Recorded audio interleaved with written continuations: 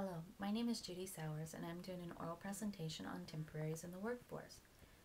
Temporary employees are becoming the most popular segment of the workforce.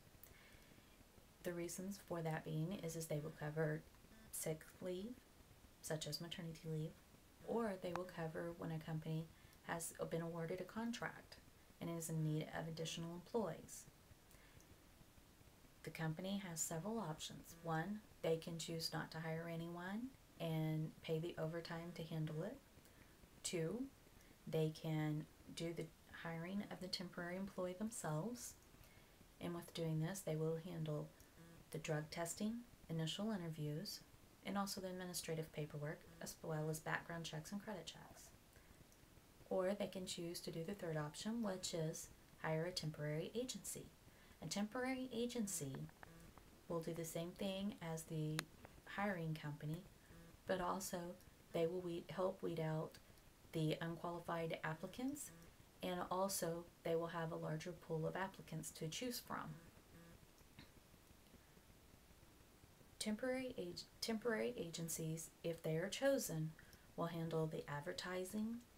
They will also handle the initial interviews, and once they do the initial interviews of the applicants they've received, they will notify the hiring company of who they feel like is best qualified for the positions. The hiring company will look at those resumes and then choose which ones they want to interview. Once they have chosen the applicants they want to hire, then they can notify the temporary agency, and the temporary agency will notify the temporary employee. The temporary employee has the right to either accept or decline the job offer.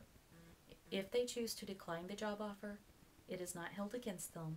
They will just be placed back into the pile of applications for the temporary company or temporary agency to find a position for. If the job applicant accepts the position, then they will be notified by the temporary agency when they are supposed to come to work, what type of business attire or casual attire they are supposed to wear, whether or not they have a cafeteria or they need to pack a lunch, what days they have off, and also who and where they are supposed to meet and to do their job. Assignment can be set up 3 different ways. One is a direct hire, which means the temporary agency just handles the initial review of the applicants and sends over the resumes, and then the company chooses the applicant.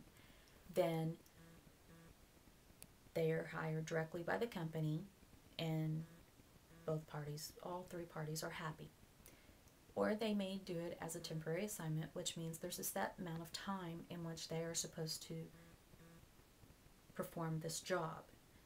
It could be anywhere from 60 to 90 days, or longer if necessary. Or they can do a contract for hire. Generally, those are only 60 to 90 days trial periods. When companies do that, what they are doing is they are figuring out whether or not this temporary employee will fit in with their company. Once they make that determination after the 60 or 90 days, then the company either hires the employee or notifies the temporary agency that they are not going to hire that employee. It is always best to notify the temporary agency if they are not going to hire the employee at least 3 to 4 days early. That way, the temporary agency has a chance to find the applicant a new job on an assignment. The most popular segment of the temporaries are the age group of 45 years to 65 years of age.